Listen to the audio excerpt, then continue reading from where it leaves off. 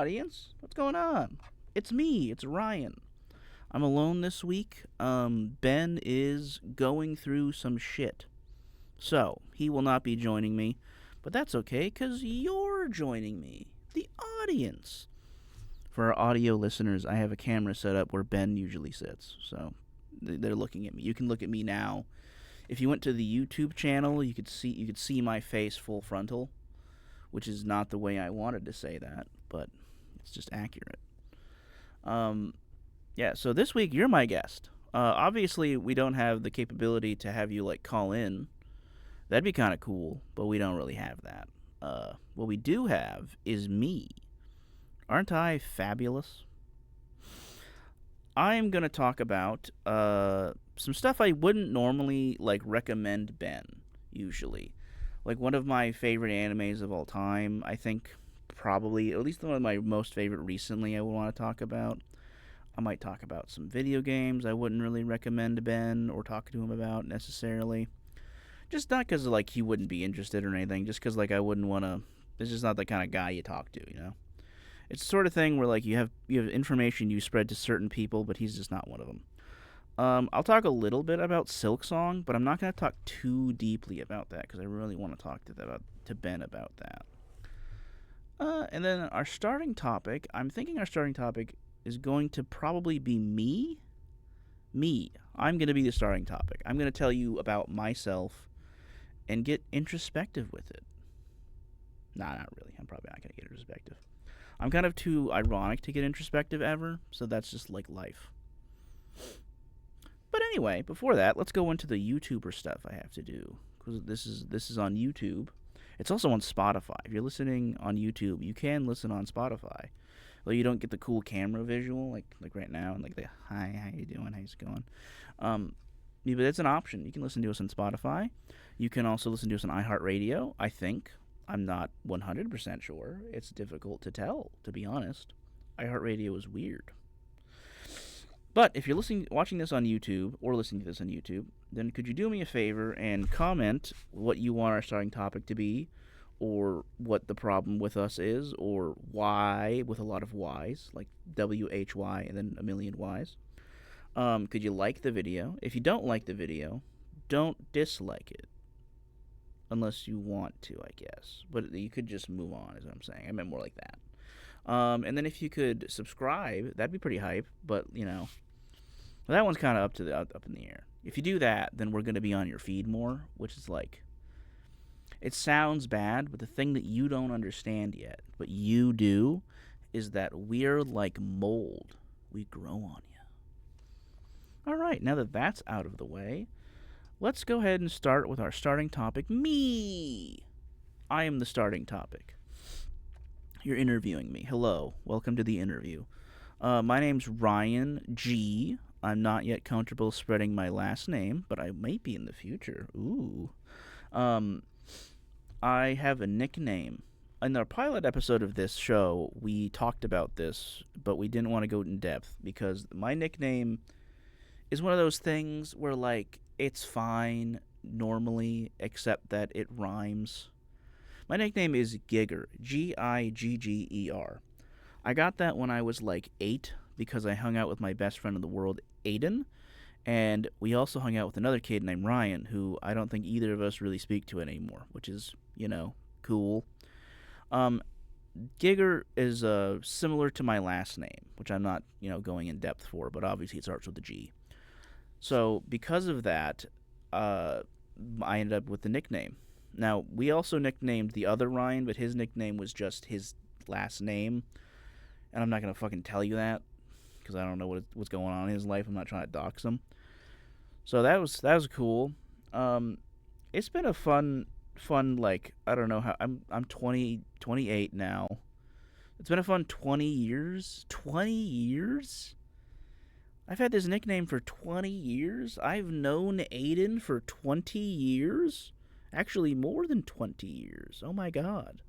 Our relationship can drink, I just realized. That's mind-blowing. Age is the worst. Yeah, but that's been my nickname. And it's been the sort of thing where everybody who knows me knows that's my nickname. That's mostly what my like oldest friends will call me. Newer friends will tend to avoid it with the current climate, which is understandable. It's also, as you probably have guessed, why we don't use it on the podcast. I think Ben has transitioned away from using it as my nickname more recently, but for a while that was what he called me too. I've even had people. I think this is mind blowing. I've had people who thought that was my just name. Like they thought that my mother named me Gi Double and it's like, really? You think they were on the couch one night going, or one morning watching Price is Right and going, how can we get closer without going? How can we get close without going over? You know, doesn't make any sense. And they thought that was my name for multiple years because that's what everybody called me, including parents of other kids. So that's been my name, and I've had every reaction you can imagine. Like I've had, well, not I shouldn't say every reaction because you could probably imagine people getting very violent, but that's never really happened. I've had people who assumed that it came from a racist place, and it obviously didn't. I've had people who operated under the assumption that like it was my name or it was given to me by certain people that it wasn't. I don't know. And then I've also had the opposite of this spectrum, which is people who are way too accepting of it way too quickly, like immediately, like yeah, that's fine, no issues at all. And it's like I'm accustomed to people saying something, so when you don't say anything, it gets a little weird. I also one time tried to do a Twitch thing where I was on Twitch with my nickname, and I got multiple DMs by people who said, I really like your nickname, and so I switched my name on Twitch. I don't know what it is. It's Bungle the Crump now, but that was terrifying. Like, that was the strangest reaction I've ever had. I assumed people would be outraged or surprised or something like that, and then I could be like, no, it's not that bad. But no, it was just like straight up. The most I got was positive, like way too positive. So I was like, I can't make this my online moniker anymore, and that's why my name is Ryan. Well, that's not why my name is Ryan. That's why people refer to me as Ryan online. Anywho, as you can imagine, living with a name in that proximity to a more horrifically awful racial slur has been, it's got its ups and downs. If we go trick or treating, nobody can call for me to find out where I'm at. But also, um, you know, that's it. That's the only positive. There's no positives. I mean, there's not really. I should say there's not really any positives, and the negatives are pretty mid. So I guess it's kind of fine overall. I don't know. Let's see. What else about me? I don't really want to tell you about my job because it's not because it's like sensitive or anything. It's just so uninteresting. It's one of those things that sounds like it would be interesting, but then isn't. Like I do electrical CAD drafting. It's just not interesting. It doesn't tell you anything. So I think we might be done. I mean, I could tell you about how I know people. I met we had our amazing guest last week on. His name is Alex, as you may have known him. He'll be watching. Hi. I met him when we were in high school. We went to different high schools, but we had a mutual friend named Gabe who has a birthday party. He came and when we played D&D for the first time. That's how I met Alex. And it was awesome. And we've been friends ever since. I met Ben through Alex, actually, as a result of them being blood related, mostly. And then, I think why did I say mostly? They're fully blood related.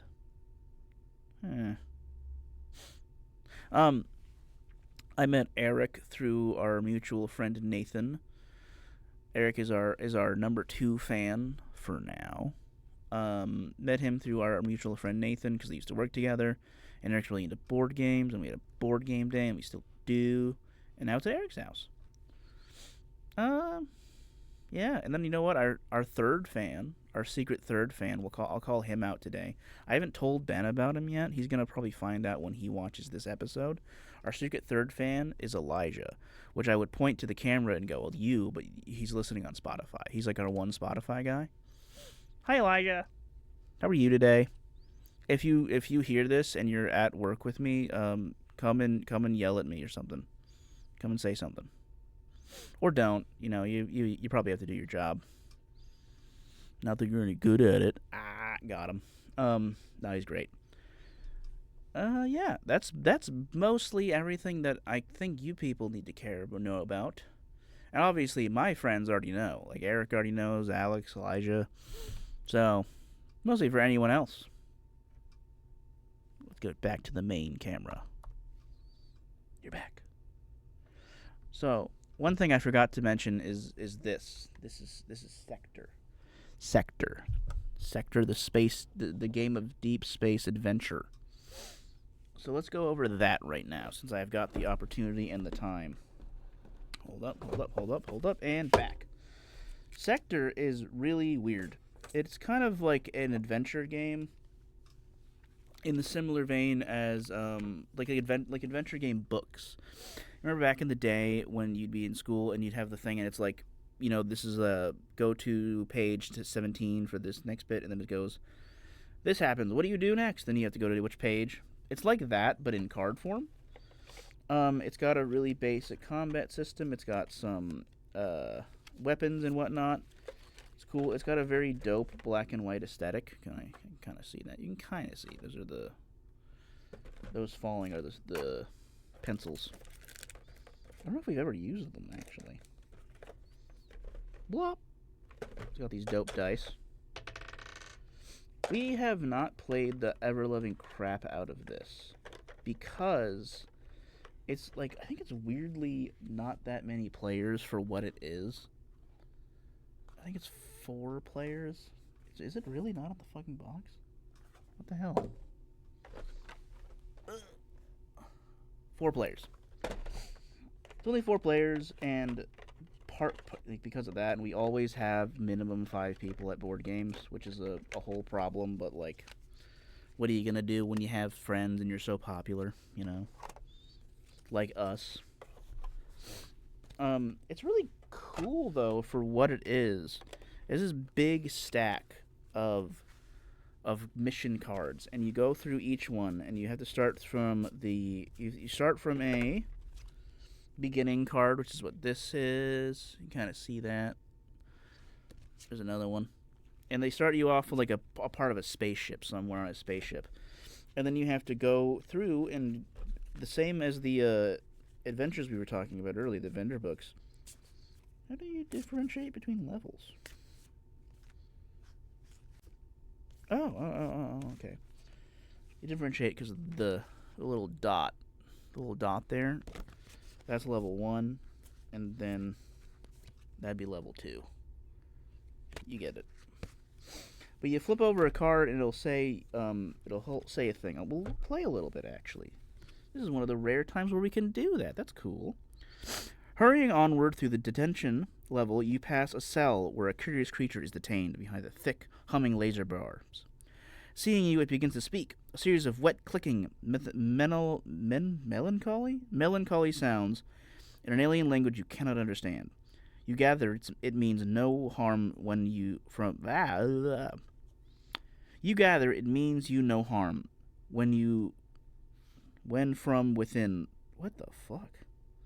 When from within the folds. That's such a weird way to phrase that. I'm going to restart on a different one. Sorry. I'm so sorry. The doors of this room suddenly hiss closed. Looking at you inside, a face appears on a distorted view screen, angrily demanding a status report. Nominate a crew member to try and roll cunning in one attempt. Cunning was one of the statuses you get on the character you play. I forgot to mention, you play as characters. You can play as them. They look like regular old people, like NASA. And then you can give them attributes and everything, and each one has different versions of attributes. They're based around this. If you can see this, you can barely see it. This little bars at the bottom, those are different for everybody. So we'll have that person, Where my finger's at, I should clarify. Wait. Wait a minute. Oh, I'm so dumb. Bam! Yeah. That's right. I remembered. So you'd roll that, and then the person who's reading this is basically the game master in that moment. They have the ability to determine what failed and successes. So if you succeed, you would get situation normal. The doors are opened, and you hurry into the dark passage beyond. Turn the next chapter card. Reasonably, you'd assume that they could elaborate on what happens when they try to maneuver the systems and work on it, or do a status report. Failure, because you have both on the card. The officer laughs, and the room begins to fill with toxic gas. Nominate a member of the crew to try and hack the doors. They must try and roll 2 wisdom in 3 attempts. After each attempt, if the total has not been reached, all members of the crew lose 1 HP. And the hacker must try again. After 3 failed attempts, the doors finally open, and you'll stagger out with burned lungs. Yeah, I've done a poor job of explaining the game, but it is actually really cool. We had a good time. The only thing that really sucks about it is that it's one of the games where you just have a tendency to get the same few cards over and over again, despite everything. Like, we've had most of these. We've had this card, like, every time.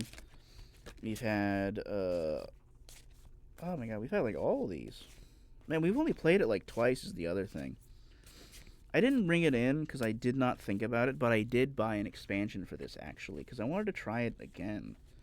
We might have an opportunity this week, actually. I think there's only going to be 4 of us. So maybe we'll do that on Sunday. That'll be fun. But yeah, Sector's a really cool, fun game. Oh, this is one of the more fun things they do. They have these. Ugh, I look like that dude in the bar, and the bartender in that meme. They have these. This is how you track health, and you can see it. You can see it as a bar graph. It's so cool. You start off up here, and then you go down and then up and up and up, and you get pips whenever you heal. And you determine whether or not you won or not at the end.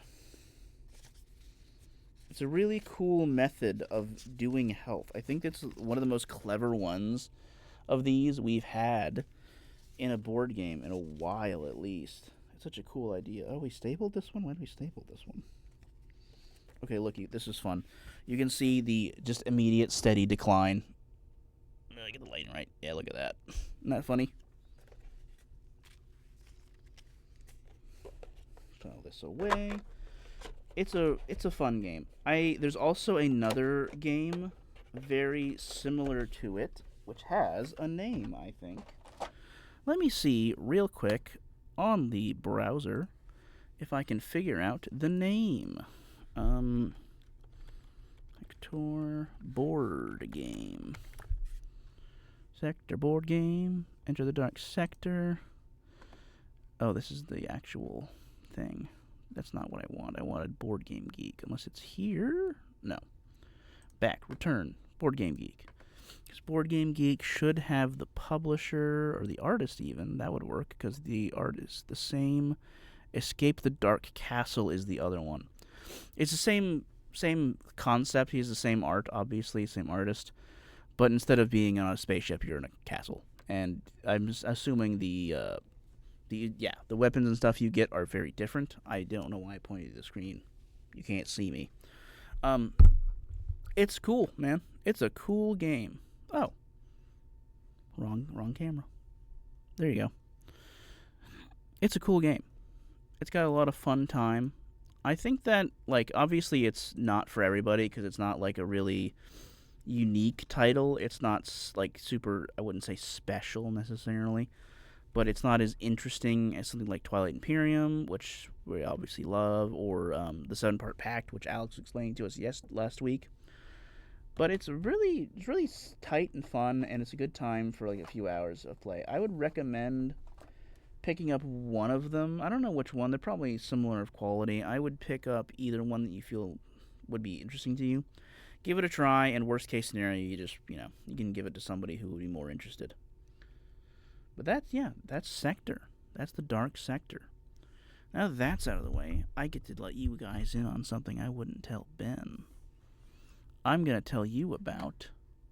Close that. But welcome to Demon School iruma-kun. This is a terrible name. Let's start off there. This name sucks. This is a really weird. It's kind of an isekai actually. I hadn't even thought of that, but technically, yeah. The main character is this guy. This little guy. His name is Iruma. You probably could have guessed that. He goes to a demon school because even despite the fact that he's a human, his soul is sold to a demon lord by his parents for money because they suck. And then he has to go live in the demon world. And obviously, the demon world is just kind of chill. You know, hell. It's just alright. Actually, it technically isn't hell, I think. I think canonically there's another hell, because they say hell in the show a lot. It is extremely silly and fun. It's not really intended to be a deep or impactful story, even if some of the more emotional moments can be really not self-aggrandizing. Really, they have like the grand scale that you feel when a big moment happens in like a really cool film like Harry Potter or something like that. And that's just because they're really good at characterization and building stuff. I love this show. It used to be, when I first watched it, it was like my guilty pleasure show. I watched it and I was like, this is like what it is, this isn't that great. But the more I watch it, I've rewatched it a few times, and it's one of the few I rewatched. The more I really like it. Each of these characters is really fun. This is like the main villain, or eventually becomes the main villain. Spoiler warning, sorry. It's not like a huge thing. This is Caligo. He's the big teacher. He's like a really good teacher, but he's also a big meanie. This is president of school, the school president. What is that called? Student council president, President Honorary. This is Clara Valak, and this is Asmodeus Alice. Clara Valak and Asmodeus Alice become like Iruma's best friends, and then this becomes kind of his main love interest. It's a really simple, easy show. It doesn't require a lot of like depth and thought. It isn't anything like it's not like Mob Psycho, for example. Because Mob Psycho is actually really chill for the majority of it, but when it gets really intense, it'll go kind of to a new level, and then the stories go. Or the later seasons of My Hero Academia. This is actually kind of a cool parallel. One of the reasons I wanted to bring this up was because I was thinking about My Hero Academia. Because the other thing that I watched more recently, I rewatched that recently, was My Hero Vigilantes. I can't spell, but that's okay. I don't need to. Google will do it for me. So this is My Hero Vigilante. Let's open this image in a new tab. Oh my god. So this is a spin-off to My Hero Academia, which I'm sure a lot of you maybe have seen. If you haven't, Alex, don't worry about it. It's not that worth it. My Hero came out years ago now. I don't even remember when. And it's a story about Itadori Miyano? I don't remember his name. Story about the main character, Deku-kun or whatever. And he becomes a hero despite not having powers. This is actually kind of similar. This guy, I can't remember any of their names, but his hero name is the Crawler, or the Clawler, or something like that. He goes around. He's got a really simple power. As long as 3 of his limbs are touching the ground, he can slide around, which is kind of interesting. He wants to become a hero too, much like Itadori. Is it Itadori? Am I remembering that from someone else? I don't know. No, I think it is Itadori. He wants to become a hero, but he's already in college in this, which is right off the bat kind of more interesting to me. I love it when the show is set in college, because every show is set in fucking high school. And then they go, no, these ones are like actual adults. They have like responsibilities, and like if they don't go to class, it's an actual problem.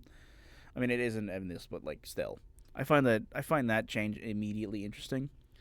But he becomes a vigilante, as you can probably guess, as a result of this dude, Knuckle Duster, who becomes a vigilante and trains him to be a great guy.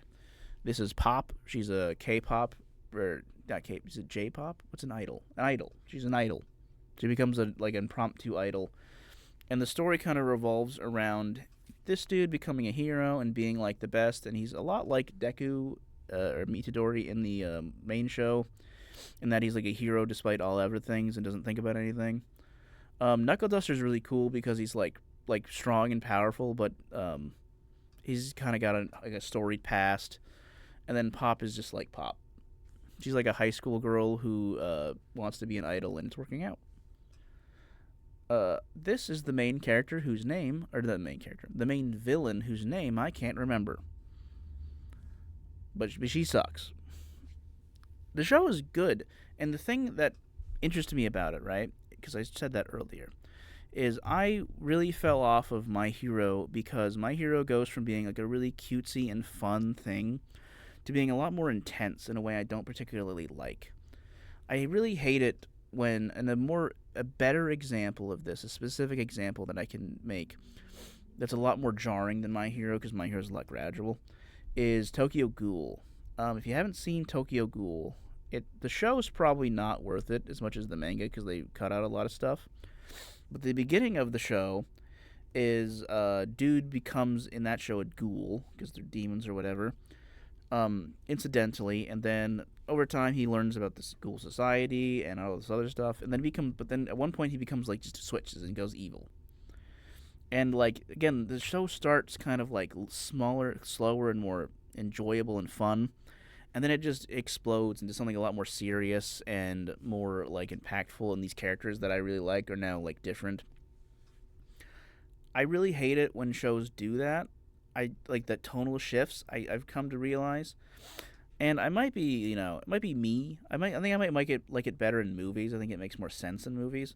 But in shows where I spent 20 episodes, or maybe even in My Hero's case, like 40 to 50 episodes getting invested in these characters, and now they have to like face a much more dangerous problem, and the tone just shifts. It's no longer fun. It's now like serious and more grim, and it's like I just don't like that, I don't like that change. Vigilantes, they don't really do that, and it doesn't feel like they're gonna. Knuckle Duster, like I said earlier, has a pretty intense past, and he has a very in-depth and good reason for why he's doing what he's doing. But despite that, Crawler and Pop kind of remain this sort of happy and more enjoyable group of people to be around. But in My Hero, everything as everything escalates, so does the tone shift. The tonal just shifts, goes from being like something more fun and enjoyable to more serious, and it just bothers me every time. And that's one of the things I liked about Welcome to Demon School. It doesn't do that. Welcome to Demon School is just a silly little... Why is it so zoomed in? A silly little fun anime, even in the more recent season where they are intentionally making it so that they go out and get more stronger and things are supposed to become more serious. They still treat the show with a level of, fun and humor, and they don't allow you to think, like, just because these characters have changed that they're, like, fundamentally different, that they're different, like, sociologically. But in, like, on the flip side, back to Tokyo Ghoul, like, dude changes, he turns evil. I'm not going to go into details why.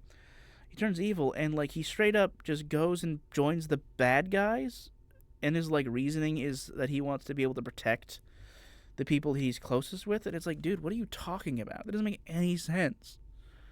Are you dumb? It's like going to commit murder so you can prevent murder? It doesn't make any sense. Why do you say murder like that? Murder. I'm overanalyzing myself. Tragically, though, with Welcome to Demon School, if you decide to check it out as a result of this, Billy Kametes, this is the voice actor for a bunch of stuff. You've heard him. He was in JoJo's Bizarre Adventure and Daimo's Unbreakable as Josuke. He was Josuke. He was in Fire Emblem. He's in Persona 5, Three Hopes, Brawl Stars. I don't know why he's not releasing more anime. I guess he was in the Owl House. He tragically passed away in 2022 as a result of cancer, and that really sucks, man. He was only 35, I think they say. Yeah, he was 35 years old and he passed away. He was also the voice actor for Asmodeus. So it changes. Obviously, it has to change if the show wants to continue. It can be a little jarring at first. I'm just letting you know now, if you decide to check it out, what to expect when season 3 comes by. Because season 1 and 2 is like before he passed. But yeah, it really sucks when voice actors for like beloved characters die. I mean, obviously this character isn't as beloved as someone like Dragon Ball, or no, the best example. I think we've even talked about him. The Dale Gribble's voice actor passing was a really big, unfortunate situation that everybody was really upset about. Obviously, same with John Redcorn's. Yeah. We talked about death. We ended all that. I did exactly what I hated. I was like talking about my happy-go-lucky shows that I wouldn't really recommend Ben, and now I'm talking about death. Damn. Tragic. Um, the storyline of Welcome to Demon School, Iruma-kun, is Iruma goes into this demon school, and in the demon world, ranks mean everything, so he has to go through, starting from the bottom rank to the top, despite the fact that he's a human. And he also has to hide the fact that he's a human, because if he isn't, he'll be eaten. And yeah, it's just simple and fun, and it's not really like anything serious or intense, and I love it. It's one of my favorite shows of all time, I think. All time? I don't know if all time, but of most shows. Alright, let's now go back into my Steam account to tell you guys what I've been playing. I done been playing stuff. Oh, also, I have to say it. I think, it will not be. Silk Song is coming out September 4th. I believe, let me see how the math works out. That's not a calendar. Can I see the calendar? September 4th. So this episode will come out probably the 27th, and then that means that I'll be recording before it. Okay. In 3 weeks, I'll be telling you all about Silk Song in more depth, and next week, Ben and I will definitely be talking about it, because it's a big deal. But I have to make it known now that as of recording, the live stream came out, and they announced what day it was coming out. Alright, let me tell you about the games I've been playing. I've been playing Papa's Pizzeria Deluxe. That is the goated video game. Goated video game. Go get Papa's Pizzeria Delivery Deluxe. Why did I say delivery? Papa's Pizzeria Deluxe. It's literally like, I mean, I think if you're old enough to remember when Flash games were a thing, I think this is literally just a Flash game that they ripped right off of Addicting Games and then made their own thing and added a bunch of features. It's great. It's a fun little, like, time waster, I guess. You can go through, like, a whole day of pizza making and do all this other stuff, and they have different toppings and different things. It's impossible to get your toppings right because, like, it's impossible to space them right. It's a great game. I've also been playing a game called Project Silverfish, which is a lot like Stalker, the game, Stalker. But the only difference between it and Stalker is that you're a scaly for some reason, which, like, I'm not into. But, like, it's a good game despite it. I just don't know why you're a lizard. You're a lizard, and everyone in the game is lizards, and they don't really go into depth. But it's cool. It's a fun little immersion sim. Highly recommend. Why have people been getting into Among Us? Do you know? I don't know. I don't know what's going on there. But I re-downloaded Among Us to play with some friends the other day, and then another friend group was like, do you want to play Among Us? And I'm like, what's going on? No, I don't want to play Among Us. We didn't even play with the new roles, so it was kind of boring. I was also replaying the Phantom Menace. I think it's the Phantom Pain, and I'm also right now, as I started last night, replaying Tears of the Kingdom. I didn't beat Tears of the Kingdom, which I think is my goal this time, but Tears of the Kingdom is so good, dude. I think that the fact that they were able to make 3D movement in like a third-person view, like clean and smooth and feel nice, is a really, really good feat that I don't think people have really achieved before at this point. At least as far as I can remember. But yeah, it's such a good game. That's what I've been doing. I don't really have much else to talk about. Usually I would just like throw something at Ben, and then he would like yell at me for an hour about something. Probably something kind of silly. But yeah, I'm not sure I have much else. I knew going in, this episode was going to be shorter. Why did I? Because it's just me, and I'm not as interesting alone. I don't know what this is. It's been on the camera the whole time, hasn't it? No. I just did that for nothing. But, yeah, I just don't really have much else to say, I guess, right now. I really want to talk about Silksong, but the other thing about talking about Silksong is I didn't watch the trailer very much because I just want to play it so bad. I'm so excited. We didn't even... what did we watch? We watched The Naked Gun last week. Naked Gun was a good movie. I mean, it is a good movie. You can watch The Naked Gun right now. I'd recommend it. We didn't watch the new one. I just realized that there's a new one coming out. We didn't watch that. We watched the original Naked Gun with Leslie Nielsen. I do want to check out the new one, though. I've heard it's pretty good. It's pretty good tour de force. Or not tour de force. I don't know. I think this is going to be the end of the episode. I mean, it's an early episode. It's a quick end. But without Ben, what am I really? You know, just a guy? Just a guy with 2 cameras? And the audience? Hello, audience. That's you. I think that's mostly all I've got. Ben will be back next week, if I didn't make that clear earlier. We've already talked about it. He said that he will have time for recording, so we're gonna do that. It's gonna be great. I'll have to double check to see if they have any events going on, because I don't want the studio to go away again for the 10th fucking time, randomly without warning. Yeah. Thank you for joining me. Thank you for being here in the studio with me as my second camera, as my co-host. I really appreciate that. Go back to the main view. Yeah. If you didn't already, like, comment, and subscribe, all that other crap. We're on Spotify. And, yeah. See you guys next week. Thank you for joining me. Bye-bye!